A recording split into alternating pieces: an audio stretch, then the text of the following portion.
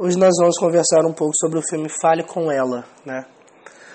Eu citei na aula do A Pele que Habito, né? Nós trabalhamos a transexualidade, posição, né? Questão do falo, que a filmografia do Almodóvar é uma filmografia extremamente psicanalítica, né? Do meu ponto de vista. Nós vamos trabalhar o filme Fale com Ela hoje, né? Na minha opinião, é um dos melhores filmes do Almodóvar. É um filme que, na minha compreensão, nos ajuda a entender muito bem, né, o amor aqui na neurose obsessiva.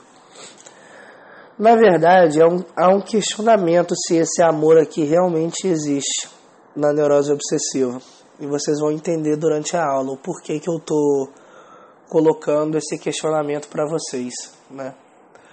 Eu vou citar o caso do Homem dos Ratos nessa aula. Vou citar o caso do Homem dos Lobos também, que em Freud é um caso de neurose obsessiva. Não vou ter tempo, e não é o objetivo da aula, detalhar esses dois casos, né? Eu tenho as aulas específicas desses dois casos. Se tiver o interesse, basta entrar em contato comigo. A filmografia do Almodóvar tem uma característica que eu gosto muito, porque ele brinca com o gênero, né? Essa noção aqui de homem e mulher, essa noção binária do gênero. As mulheres do Almodóvar são mulheres fortes, né? São mulheres aqui que, do ponto de vista psicanalítico, podem ser interpretadas como mulheres fálicas, né?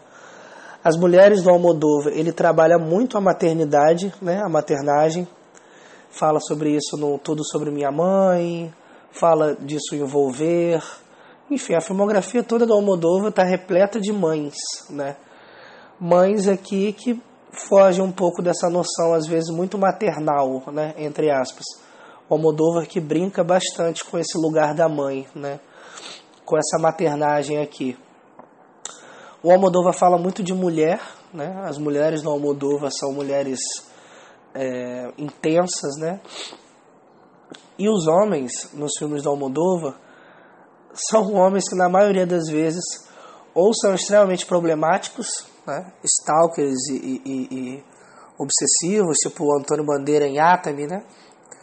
Ou esses dois homens que eu vou citar aqui na aula de hoje, o Benigno, né, principalmente, eu vou explicar para vocês. Outro filme também do Almodóvar, que tem dois homens aqui que estão castrados, né, digamos assim, né, que é Em Carne Trêmula. A filmografia do Almodóvar, então, ela é riquíssima para nos ajudar a compreender certos conceitos na psicanálise, né? Principalmente o falo, assim, eu acho que a filmografia do Almodóvar, ele trabalha muito com o falo, ele brinca muito com esse conceito de falo aqui, né? Não sei se o Almodóvar tem influência, ou sofre alguma influência aqui da psicanálise, mas, do meu ponto de vista, seus filmes são extremamente psicanalíticos. Eu vou trabalhar com vocês o filme, né, com spoilers, vou destacar algumas cenas e nós vamos pensar junto, né, esse amor aqui na neurose obsessiva. O filme Fale com Ela tem a seguinte trama. Tem duas mulheres aqui, que é a Lídia, que é uma toureira, e tem uma bailarina que se chama Alice. Marco tem um relacionamento com essa toureira, a Lídia. Eu estou usando o termo relacionamento entre aspas, não é muito bem um relacionamento, vocês vão entender o porquê. Benigno, aqui, o nome é bem sugestivo, mantém uma relação, entre aspas, com a bailarina Alice. Entre os dois, ele é o mais problemático, na minha interpretação, né? O que acontece nesse filme? Essas duas mulheres estão em coma. Vou repetir. Essas duas mulheres estão em coma. Uma pessoa em coma, ela não fala. Uma pessoa em coma, ela não pede. Uma pessoa em coma, ela não tem o poder ali de autorizar ou de negar alguma coisa. Uma pessoa em coma não se relaciona com a outra. Ela está em coma. Só que, nesse filme, há um relacionamento entre aspas, entre esses dois homens com essas duas mulheres, né? O Marco com a Lídia, o Benigno com a bailarina Alice. Eu acho interessante nesse filme o seguinte: primeiro, essas duas mulheres aqui, tanto a Lídia, que é uma toureira, né, uma profissão aqui que na Espanha é predominantemente masculina, é o primeiro ponto aqui para fazer vocês pensarem. Segundo, é uma prática extremamente violenta, né? O touro aqui, em certos espetáculos, acaba sendo ferido ou às vezes até morto, né? Inclusive tem essa polêmica aqui, mas perceba, é uma mulher toureira ocupando um papel que, entre aspas, geralmente é destinado a homens. Isso aqui é muito importante. Outro ponto. O touro aqui contém o quê? Chifres. Então o chifre aqui, né? Essa extensão de osso, né? Da cabeça do touro, né? E esse chifre aqui, qual que é a intenção do touro nesse tipo de espetáculo? Furar. Olha a metáfora aqui em volta da Lídia, né? Toureira, ocupando uma posição aqui que as mulheres geralmente não ocupam. É uma profissão, né? É um ato, digamos assim, predominantemente masculino. Ela está aqui às voltas com um touro, com um chifre, que tem um único objetivo: furar. A bailarina Alice. Se vocês tomarem um corpo de uma bailarina, não é um corpo, por exemplo, que se parece com uma mulher italiana, ou uma colombiana, ou uma mulher robusta, ou uma mulher com curvas. Muito pelo contrário, o balé tem uma questão muito forte com o corpo, né? Com o peso do corpo, com o formato do corpo. Se você olhar uma bailarina na ponta dos pés, com os braços estendidos para cima, levantados, né? É um corpo fálico também. É um corpo sem forma, sem curva. Eu acho muito bonita essa metáfora aqui, que são duas mulheres que de alguma forma remetem aqui ao falo, né? Não apenas remete ao falo, como no caso no corpo de uma bailarina, mas toda essa problemática em torno do falo, porque a Lídia ocupa uma posição, se fôssemos pensar em Freud, né, uma toureira. Isso aqui eu acho extremamente belo e metafórico do Almodóvar. Não trata-se de duas mulheres aqui, embora elas estejam em coma, numa posição assim de fraca, né, de castrada. Muito pelo contrário, são mulheres que possuem suas profissões com uma carreira. Acontece, né, uma fatalidade e elas ficam em coma, né? Eu acho interessante marcar isso daqui. Outro ponto, o nome, o Marco, né, com a Lídia, e o Benigno aqui com a Alice. Preste atenção nessa parte, né, e vamos pensar aqui a neurose obsessiva e a mulher, principalmente. Quando pensamos na mulher, do ponto de vista da psicanálise, é comum colocarmos as mulheres em determinados lugares. Eu vou usar o termo lugar simbólico, mas não é a minha intenção relacionar isso com Lacan, com o simbólico de Lacan. Eu só estou usando o termo lugar simbólico. Há lugares os quais as mulheres são colocadas na nossa sociedade. Então, por exemplo, há o lugar de esposa, né? Bela, recatada, do lar, que fica em casa, que abdica-se do seu próprio trabalho, da sua carreira, para ficar em casa e cuidar dos filhos, né? Há esse lugar aqui. Há o lugar da mulher, da freira, por exemplo, né, que abdica-se da sua própria liberdade, entre aspas, né, na carne, da carne, para se sujeitar, né, se submeter, servir a Deus, né, enfim. Há o lugar aqui da mulher, por exemplo, a esposa do pastor. Inclusive, há inúmeras polêmicas dentro da própria religião, né, da própria denominação protestante, se é válido ou não uma mulher, né, ocupar uma posição como de pastora ou missionária, né. Tem igrejas que não concordam, tem igrejas que concordam. Perceba o seguinte, as mulheres constantemente são colocadas em lugares. Do ponto de vista da psicanálise, do ponto de vista do desejo, o homem, tomando esse homem aqui como neurótico obsessivo, ele só consegue desejar uma mulher à medida que ele a coloca como objeto.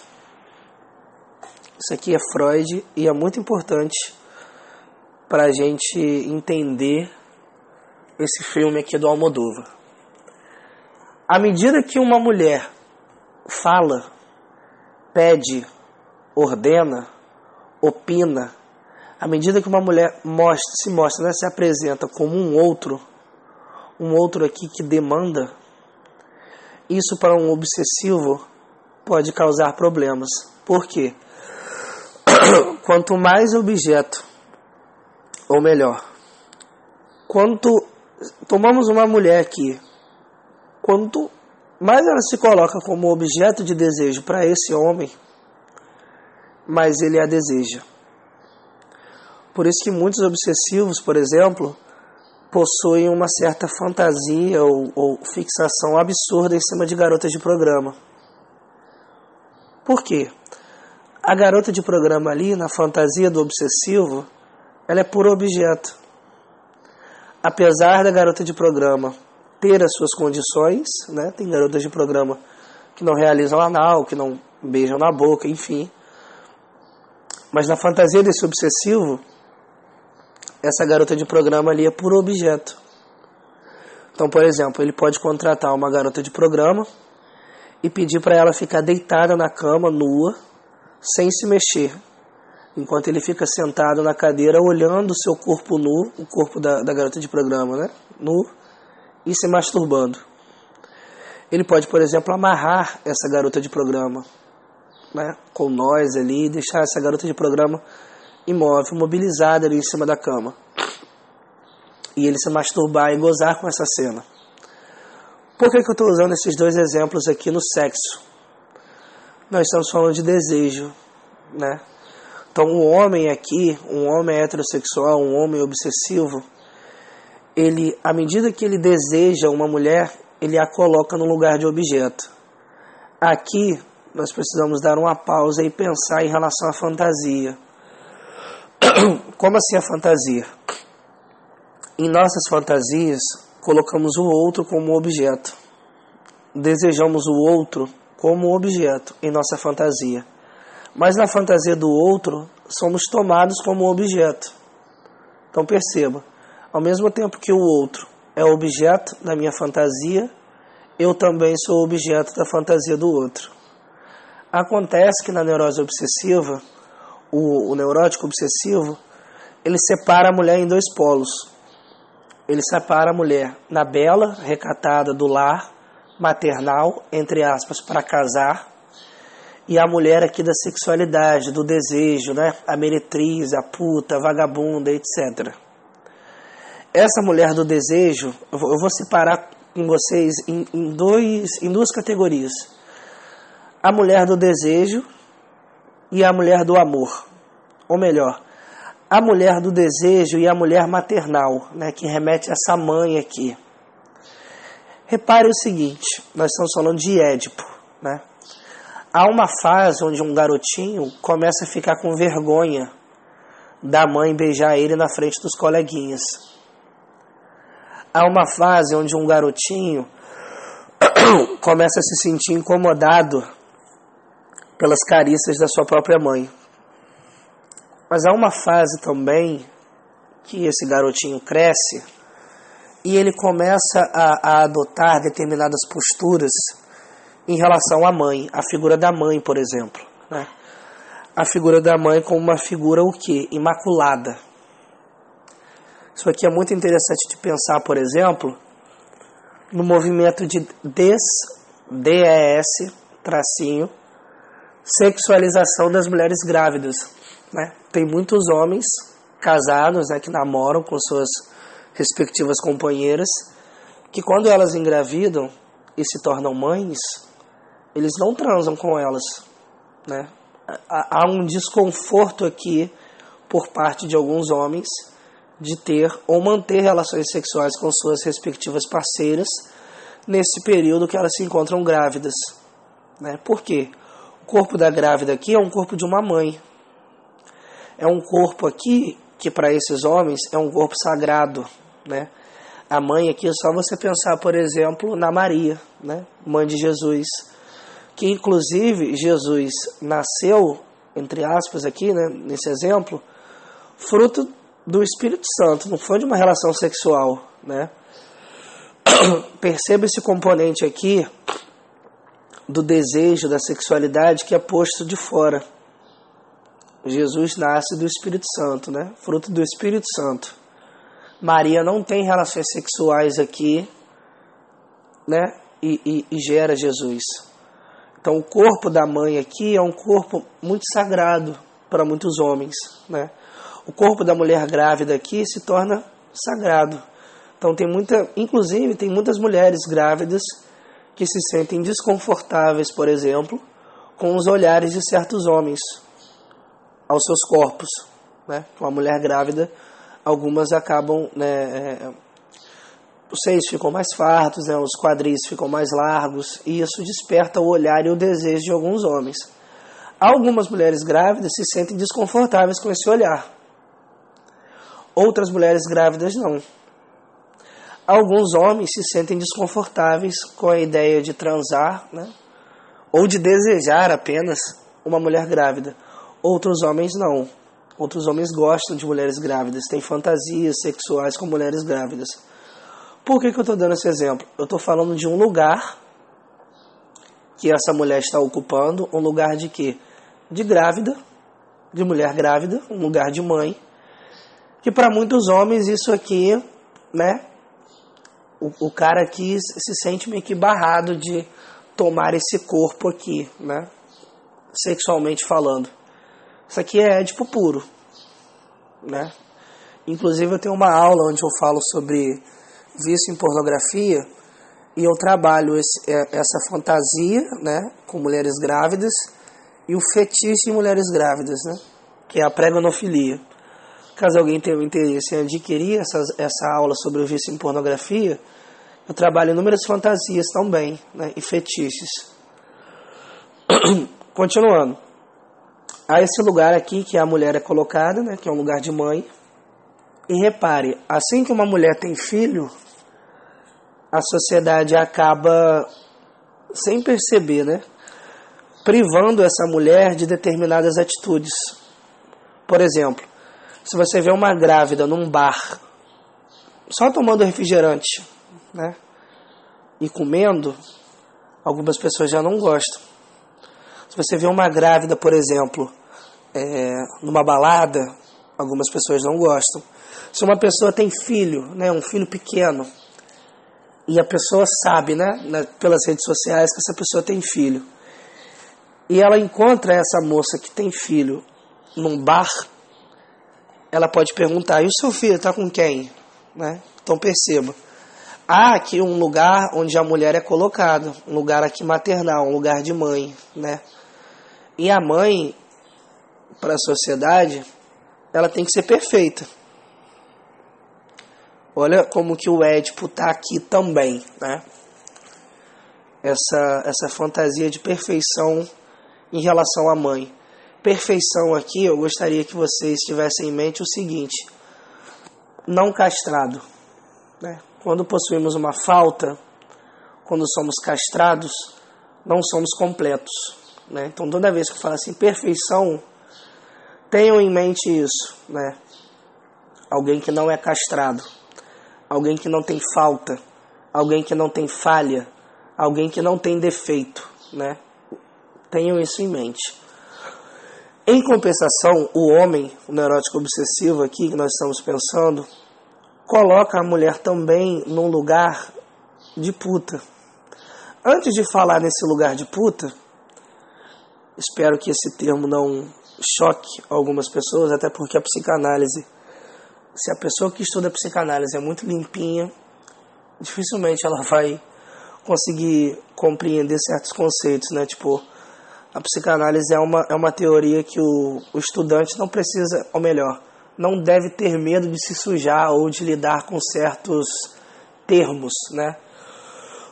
Eu lembrei do grupo de estudos, né, que eu dou aula, e teve um período que eu estava dando aula sobre neurose obsessiva e impotência sexual, né? E obviamente eu ia falar sobre pênis, né? E sobre ereção. Uma mulher na época me mandou mensagem no privado dizendo que queria sair do grupo porque esse assunto ela não gosta, né? Esses termos ela não gosta. Então, sempre uso esse exemplo, tipo, a psicanálise utiliza, né? Tá falando de sexualidade, né? Tá falando de fantasia. Então, uma pessoa que é muito limpinha, assim, estudando psicanálise, é complicado, né?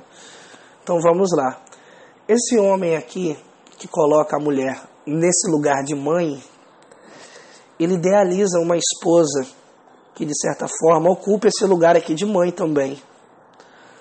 Uma esposa maternal, uma esposa carinhosa, uma esposa que, de certa forma, cuide dele. Então aqui é como se a maioria dos obsessivos desejassem inconscientemente casar com a mãe. Por mais que esse termo aqui, se for tomado de uma forma literal, pode causar equívocos, eu vou dar um exemplo para vocês aqui. O Édipo é tomado como referência até mesmo quando esse homem aqui não procura uma mulher com exatas características que a mãe possui. Vou dar um exemplo. Digamos que João tenha uma mãe que é extremamente enérgica. Digamos que João possua uma mãe que grite. Uma mãe aqui que exija dele certos tipos de comportamento. Uma mãe aqui que seja grossa, ignorante. Uma mãe aqui que sempre briga com ele. E João acaba se apaixonando e se casando com uma mulher com as mesmas características. Uma mulher enérgica, grosseira, ignorante, que cobra ele, igual a mãe dele cobrava ele. Isso pode acontecer? Pode. Isso pode acontecer. Mas pode acontecer o contrário também. E esse contrário aqui, de certa forma, toma como referência a mãe do João. Por exemplo, o João pode procurar uma mulher e se casar com uma mulher que seja calma, tranquila, que não fale muito alto, que seja doce, gentil. Ele pode inconscientemente procurar uma parceira com as características opostas à mãe dele. Mas, de certa forma, a escolha aqui de parceira de um homem heterossexual neurótico obsessivo toma como base a mãe. Muitos homens casam com suas respectivas esposas e elas contêm as mesmas características da mãe dele. Isso acontece. E tem homens que casam com suas respectivas esposas e essas esposas contêm as características opostas à mãe dele. O Édipo aqui é tomado como referência nessa escolha aqui de parceiros, né? No caso, um homem heterossexual, neurótico obsessivo, em relação a uma mulher, né? Então perceba, há aqui um movimento que diz respeito ao Édipo, né? Tipo, esse homem aqui, neurótico obsessivo, procura na mulher uma mãe. Preste atenção nisso daqui. O homem, neurótico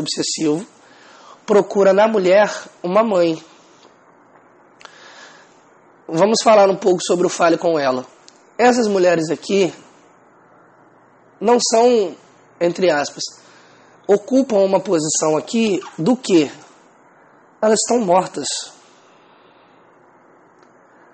Simbolicamente, elas estão mortas. É um corpo ali apenas. Essas mulheres não falam, não conversam, não opinam, não autorizam ou desautorizam, não reclamam. Enfim, são corpos apenas. São puro objeto. Aqui o Almodóvar nos apresenta uma metáfora belíssima do amor na neurose obsessiva. Que não é muito bem um amor, né? Tipo, aqui entramos numa polêmica, né? Dentro da psicanálise. Por quê? Lembra que eu comentei com vocês que a histérica se coloca numa posição de ser o falo para esse pai, no caso, esse respectivo parceiro, né? Ela encontra um parceiro, preste atenção nisso daqui, ela encontra um parceiro, ela identifica a falta nesse parceiro e ela procura ser para esse parceiro aquilo que de certa forma vai tamponar essa falta. Correto? Um neurótico obsessivo é diferente. O neurótico obsessivo, o amor aqui é diferente. Esse amor aqui, que na verdade não é um amor nesse filme, né? Fale com ela. Não se trata de um amor aqui. É importante marcar isso com vocês. Existe a segunda categoria de mulheres que o neurótico obsessivo coloca, que é a mulher do desejo. No caso do Homem dos Ratos, ele está às voltas com isso. Casar com uma respectiva mulher e tem a outra mulher, né? O neurótico obsessivo, ele separa essa mulher aqui, que é a mãe, bela, recatada do lar, imaculada, e essa mulher aqui do desejo, né? Essa que está do lado, né, da prostituta e tal, que é puro objeto, né? Porque o neurótico obsessivo, à medida que ele deseja uma mulher e coloca essa mulher numa posição de objeto de desejo, ele cria uma espécie de um roteiro, se tratando de uma cena sexual, por exemplo, né? Eu vou colocar para vocês uma cena alegórica, para fazer com que vocês compreendam melhor o que eu estou querendo dizer. Imagine que João seja um homem que, quando ele transa com uma mulher, ele gosta de transar em etapas. Por exemplo, ele chega num hotel, ele vai abrir a porta do quarto desse hotel, vai deixar a bolsa ou a mochila dele em cima da cama, vai tirar o sapato, tira a calça, ele vai entrar dentro do banheiro, vai tomar um banho, vai sair desse banho com a toalha, vai tirar a toalha, vai colocar em cima da cadeira, vai ficar nu na cama, deitado, e vai pedir, por exemplo, que a mulher tire a roupa, que a mulher faça um striptease ali para ele. Ele vai se masturbar enquanto olha essa mulher, né? Enquanto admira essa mulher. Assim que ele estiver excitado, ele vai chamar essa mulher para perto, vai pedir para essa mulher ajoelhar e os dois vão, né? E ele vai realizar ali com ela, né? Vai receber um sexo oral dela. Perceba, há um roteiro aqui do que essa mulher vai fazer, quando ela vai fazer e como ela vai fazer. Vou repetir. Há um roteiro aqui de como essa mulher vai fazer, quando ela vai fazer e de que forma ela vai fazer. E quem controla aqui é esse homem. Digamos que essa mulher aqui, isso acontece com frequência. Eu estou usando de uma alegoria com vocês, mas isso acontece com frequência. Imagine que o João aqui entre num hotel, abra a porta do quarto, entre no banheiro, e quando ele sai do banheiro, essa mulher já está nua, na cama, de quatro, um exemplo, e pede para ele: João, acaba comigo. Por mais que essa cena possa parecer engraçada, para muitos neuróticos obsessivos isso é um terror. Por quê? Quando essa mulher quebra essa ordenzinha aqui, esse script, esse roteiro, quando essa mulher aqui pede algo para esse neurótico obsessivo, quando essa mulher se encontra numa posição de demandar, ela já não é mais um objeto. Objeto não fala, objeto não pede. Aqui, em Fale com Ela, essas duas mulheres são puro objeto. Então, muitos homens, por exemplo, numa situação como essa, né, que a mulher chega e diz, olha, acaba comigo, brocham. Não dão conta disso. Muitos homens podem até tentar dar conta, mas acabam gozando rápido, por exemplo. Isso acontece, porque o homem aqui trata o sexo como uma espécie de uma prova fálica e ele só consegue desejar a mulher à medida que ele a coloca como o quê? Objeto de desejo. Vou dar outro exemplo para vocês. Imagine que um homem conheça uma mulher e os dois comecem, né, a flertar e conversar e eles marcam de transar.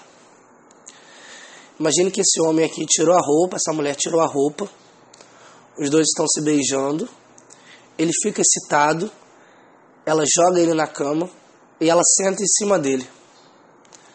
Assim que ela senta em cima dele, ele ejacula. Nessa situação aqui, essa mulher fez o quê? Tomou o controle da situação, dominou esse cara, e esse cara não deu conta e ejaculou. Esse mesmo cara aqui, que ejaculou, à medida que essa mulher sentou em cima dele e tomou o controle da situação, quebrou esse script dele, o roteiro dele, pode, por exemplo, iniciar práticas no BDSM, né? Dominação, bondagem, sadismo, masoquismo. E ele pode, por exemplo, amarrar essa mulher.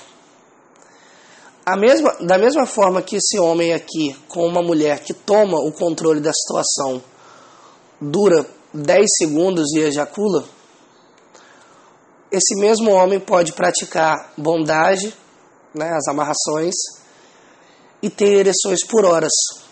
Por quê? Na primeira cena, essa mulher aqui é um outro. Essa mulher toma as rédeas da situação, essa mulher o domina. Nessa segunda situação, essa mulher aqui é puro objeto.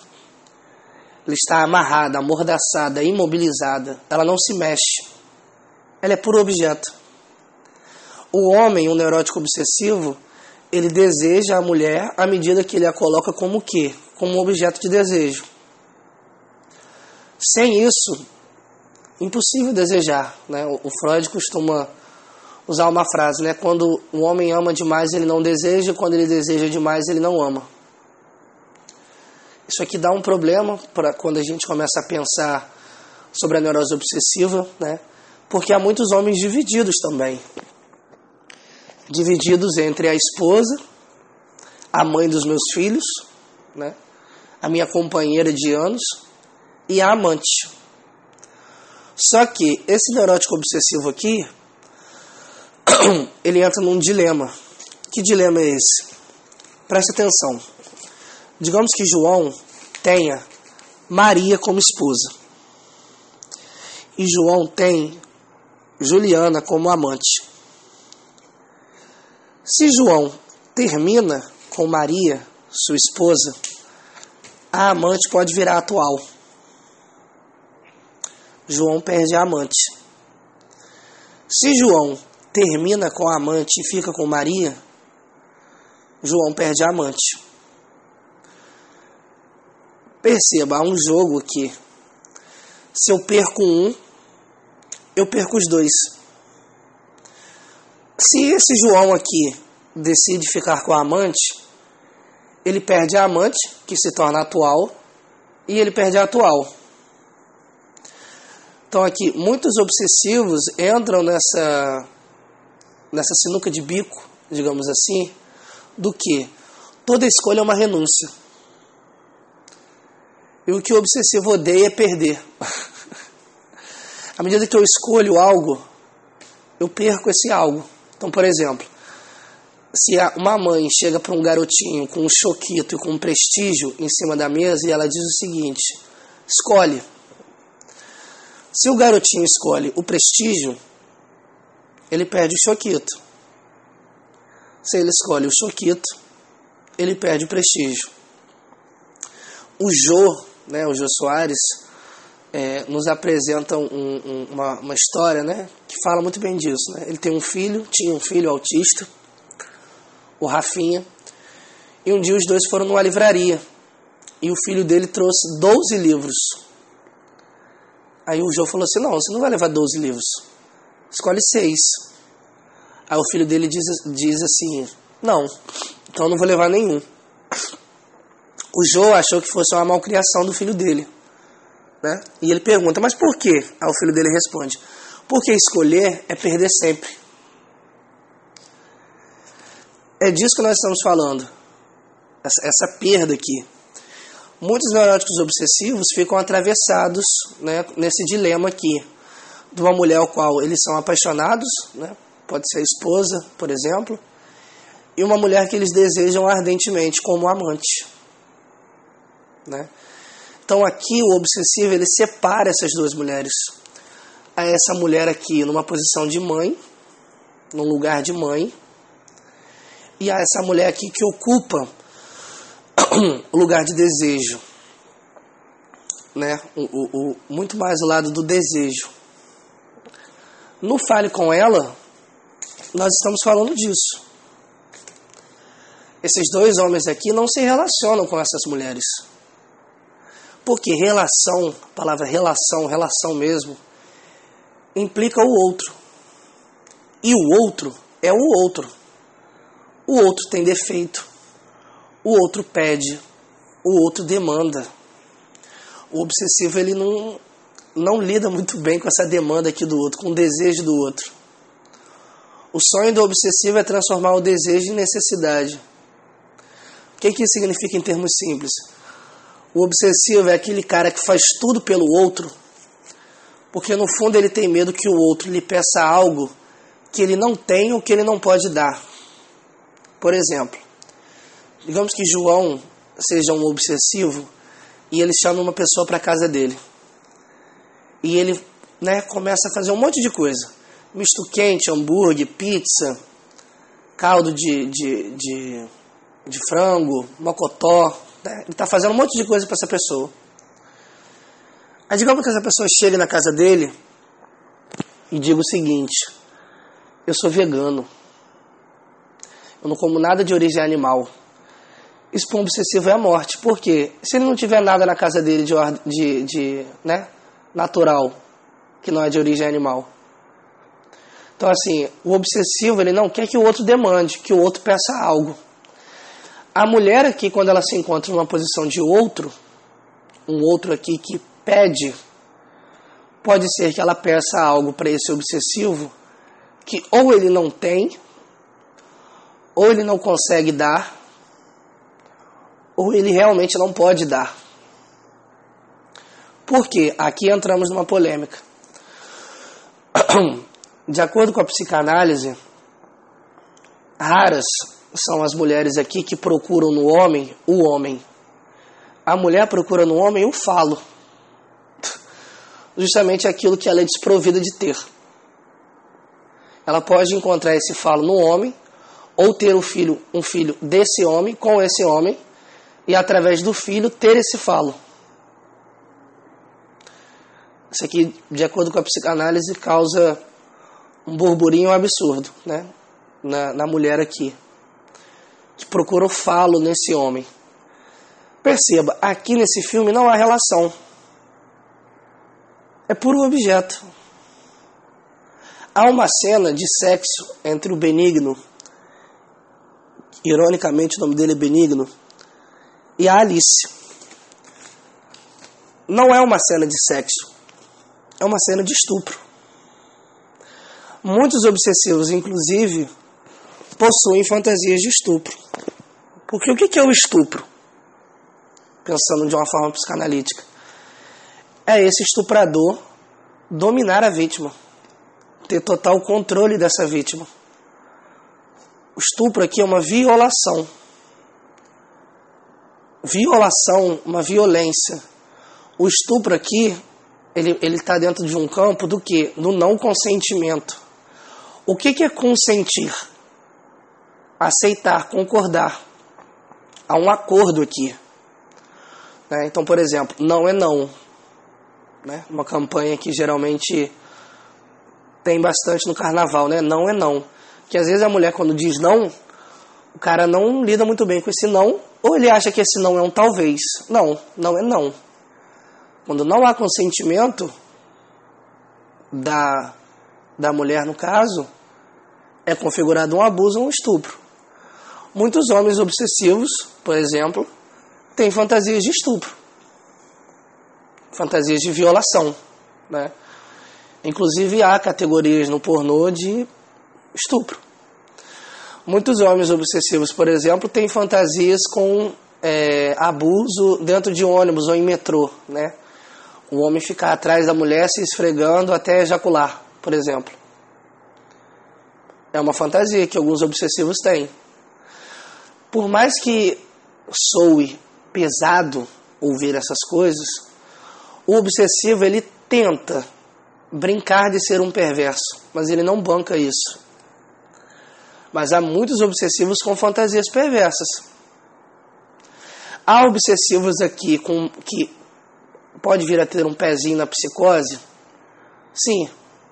Tanto que o Homem dos Lobos, de acordo com algumas leituras lacanianas, não é visto como um neurótico obsessivo, mas como um psicótico. O Homem dos Ratos, por exemplo, tem sintomas ali, né? Ideias delirantes. O Homem dos Ratos, nos dias de hoje, facilmente poderia ser interpretado como um psicótico, como um louco. Mas há neuróticos obsessivos aqui que podem ser confundidos com perversos, por exemplo. Neuróticos obsessivos graves.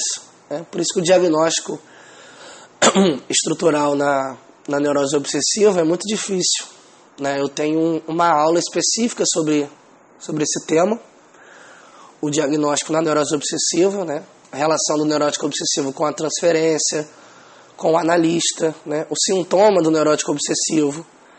Mas é importante marcar isso com vocês, que aqui no filme Fale Com Ela não é uma relação. A relação implica o outro. E o outro aqui é o outro. O outro não sou eu, e o outro não é objeto. Toda relação onde o outro é um objeto, onde o outro aqui depende, não apenas emocionalmente, mas psicologicamente desse homem, não é uma relação. É um abuso.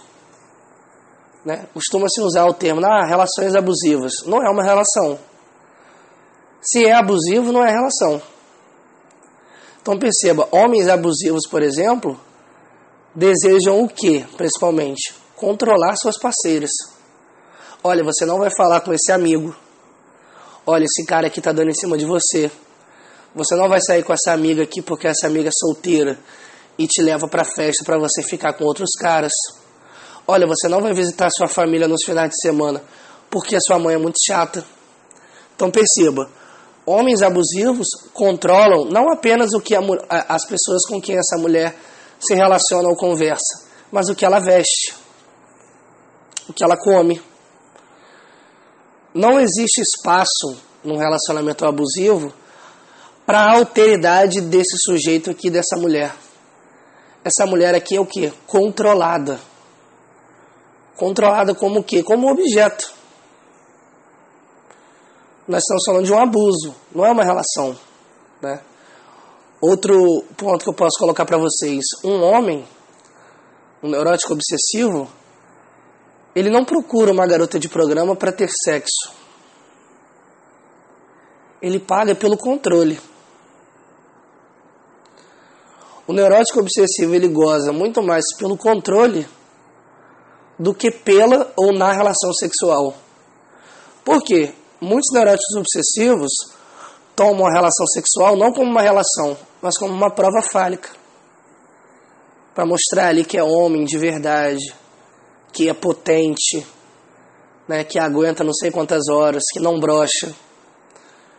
Então muitos homens, ao invés de se relacionarem sexualmente com suas parceiras, tomam o sexo aqui como uma prova fálica, e, de certa forma, uma massagem no ego também. Usam suas respectivas parceiras, né? Então, aqui, esse amor na neurose obsessiva, a gente questiona um pouco. Porque a maioria dos homens aqui tomam as mulheres, à medida que desejam, né, como objeto. O amor do neurótico obsessivo, o Freud diz isso, é um amor fetichista. Quando vocês leem a historinha, por exemplo, da Cinderela, o príncipe, ele não se apaixona pela Cinderela. Nossa, como assim, Daniel? Ele não se apaixona pela Cinderela. Ele vai casar com quem? Com a mulher que o pezinho encaixar no sapatinho. É um amor o quê? Fetichista. O ponto aqui não é a Cinderela, é o pé. Então muitos homens não amam suas respectivas parceiras pelo que elas são, mas há algum traço, um tom da voz, o formato do corpo, alguma parte do corpo dessa mulher. Então, assim, ao mesmo tempo que o Lacan diz isso, né, que a mulher procura o falo no homem, o homem está aqui às voltas com o seu objeto A aqui, na mulher, né? Então, é uma polêmica esse tema, né? Pô, o neurótico obsessivo ama, o neurótico obsessivo deseja. Só que ele coloca o desejo dele no campo do impossível. A histérica, ela se defende da realização do seu desejo, colocando o desejo no campo da insatisfação. O neurótico obsessivo se defende do seu desejo, colocando o seu desejo no campo do impossível. Então, na maioria dos casos, o homem toma a mulher como objeto. Ele só consegue desejar essa mulher à medida que ele a coloca como um objeto. Então, aqui, pouquíssimos homens bancam uma mulher. Não uma mulher, mas uma mulher ou um outro. Por quê? Quanto mais objeto, mais eu desejo. E o amor aqui é dar aquilo que não se tem. E o obsessivo, ele acredita que tem. O obsessivo, ele é castrado, né? Todos nós somos castrados, neuróticos aqui, né? Nós estamos falando de psicóticos. Mas pro amor, quando pensamos no amor, estamos falando de castração. Amor, culpa, vergonha, são exclusividades neuróticas. É impossível pensar o amor se você não pensa junto à castração. É impossível pensar o amor na psicanálise se você não está pensando a falta. É impossível pensar o amor na psicanálise sem pensar a completude, a ideia de completude, que o outro me completa. A histérica reconhece a sua castração. Não gosta muito disso, mas ela reconhece a sua castração. Tanto que ela procura a castração no outro, né? Histéricas adoram apontar a falha do outro, o furo do outro, para esconder a sua própria castração. Mas à medida que elas identificam a falta nesse outro aqui, elas se colocam numa posição de ser para esse outro, esse objeto que tampona a sua falta. O neurótico obsessivo não. Ele se coloca numa posição como se ele não fosse castrado. Porque ele supõe não ser castrado, né? Então, como que você vai dar algo, né? Amar é dar aquilo que não se tem, se você acredita que tem. O obsessivo, ele acredita que tem o falo, né? Tem as aulas específicas sobre a neurose obsessiva. Eu já trabalhei o caso do homem dos ratos e o homem dos lobos. No total são 6 aulas.